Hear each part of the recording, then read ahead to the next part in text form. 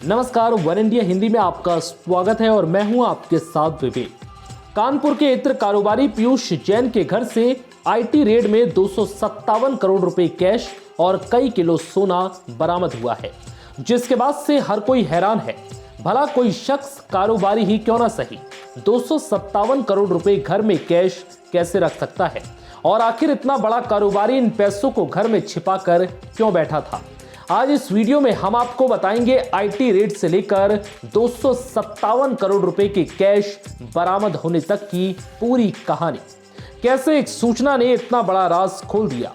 कानपुर में इत्र कारोबारी पीयूष जैन के यहां हुई छापेमारी से जुड़ी नई चौंकाने वाली बातें लगातार सामने आ रही है। करीब 150 घंटे चली छानबीन और 50 घंटे की पूछताछ के बाद इत्र कारोबारी पीयूष जैन को गिरफ्तार कर लिया गया। पीयूष जैन पर अवैध कारोबार और टैक्स चोरी के आरोप लगे हैं, इसलिए ये छापेमारी हुई थी।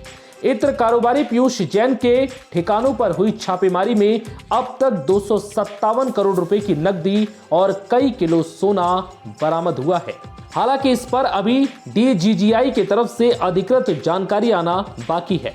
पीयूष जैन के पास से सिर्फ अलमारी में भरे नोट ही नहीं मिले, बल्कि उसके पास से 16 बेशकीमती प्रॉपर्टी के दस्तावेज भी मिले हैं। इनमें कानपुर में 4, कन्नौज में 7, मुंबई में 2, दिल्ली में 1 प्रॉपर्टी शामिल है। दुबई में भी उसकी 2 प्रॉपर्टी हैं। छापेमारी के बारे में इत्र कारोबारी पीयूष जैन के घरेलू नौकर ने आज तक को कई जानकारियां दी। उसने बताया कि 22 दिसंबर को जब छापेमारी हुई तो पीयूष जैन दिल्ली में थे। दिल्ली में उनका परिवार पिता का इलाज कराने गया था। उस वक्त पीयूष जैन के 2 बेटे घर पर ही थे। वहीं पीयूष जैन के छोटे भाई झारखंड में थे। फिर जांच टीम के बुलाने पर पीयूष को दिल्ली से कानपुर आना पड़ा। फिर पूछताछ के बाद जीएसटी इंटेलिजेंस टीम ने पीयूष जैन को अरेस्ट कर लिया। जानकारी के मुताबिक कानपुर में मौजूद पीयूष जैन की कोठी में अंदर एक तहखाना मिला है। वहीं उसके एक फ्लैट में 500 चाबियां मिली हैं। जानकारी मिली है कि पीयूष जैन अपनी कोठी की रखवाली में पुराने चौकीदार नहीं रखता था। वो चौकीदार को 1 या 2 साल से पहले बदल देता था। 7-8 हजार रुपए महीने पर रखे गए इन चौकीदारों को घर के अंदर जाने की मनाही थी। कारोबारी पीयूष जैन के पास इतना पैसा था, लेकिन वो किसी की नजरों में नहीं आना चाहता था, इसलिए हमेशा सालों पुरानी खटारा कारों से ही चलता था।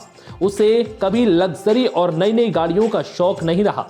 उस पर सिर्फ 2 कारें मिली। इनमें से एक वॉक्सवैगन और दूसरी टोयोटो की कार है।